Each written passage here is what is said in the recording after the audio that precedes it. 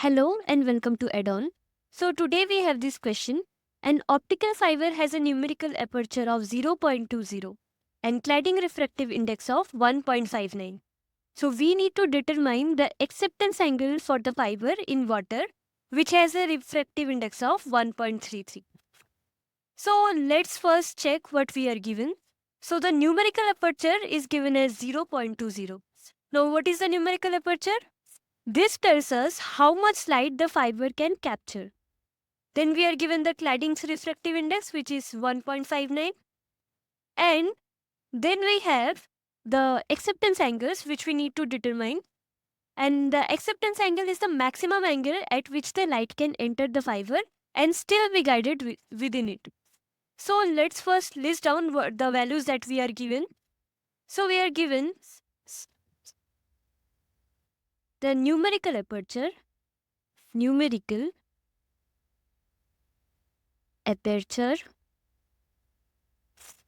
which we write as NA equals to 0.20. Then the refractive index of the cladding, refractives of the cladding, which we will write as N2, is 1.59. Now we need to calculate the acceptance angle. So for that we know that the numerical aperture NA is given as root over N1 square minus N2 square when N0 is 1. That is for air. Right. Now we will just substitute the values and calculate N1. So we have numerical aperture 0.20 equals to root over of N1 square, which we need to determine, and N2 square is given as 1.59 whole square. Right.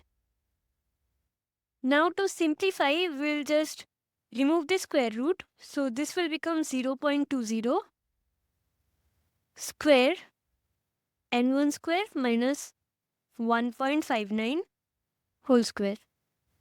So we will rearrange the equation, and after rearranging we have 0.20 whole square plus 1.59 whole square, which is equal to N1 square 0.04 plus 2.5281, which is the whole square of 1.59. Now, after adding this, we simply have 2.5681. Now, square rooting to calculate N1, 681. We have N1, which is the refractive index of the core, equals to 1.6025. So the core's refractive index is approximately 1.6025. Now, what does the refractive index of the core tell us about the fiber? It tells us how much the core slows down light compared to air or water. Now we need to adjust the numerical aperture for the fiber being in water.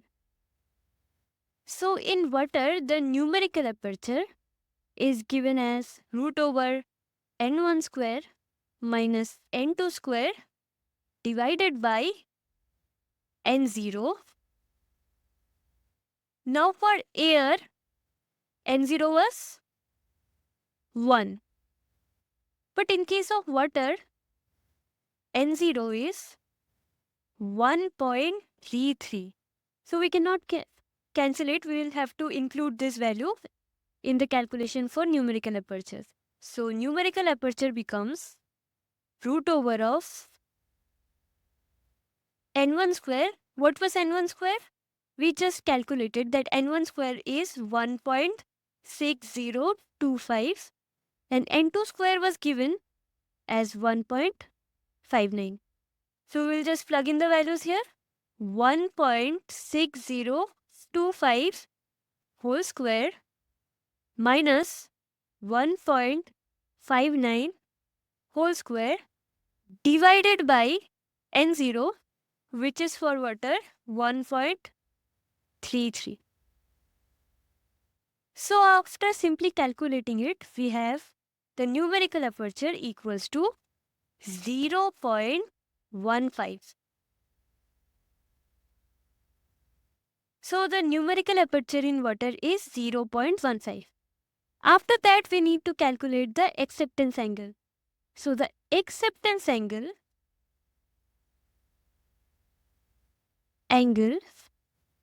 is given by theta m. So theta m is equals to sine inverse of the numerical aperture. We know that.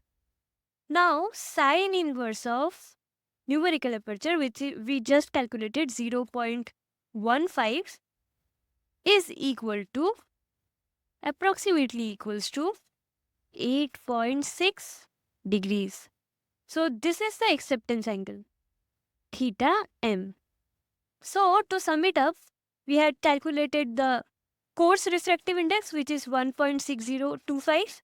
After that, we calculated the numerical aperture, which is 0.15. And after that, we calculated the acceptance angle, which is approximately equals to 8.6 degrees. So by using the steps and following this calculation step, we can solve the numerical aperture, calculate the acceptance angle, and also calculate the refractive index for any given set of problems. Thank you for watching.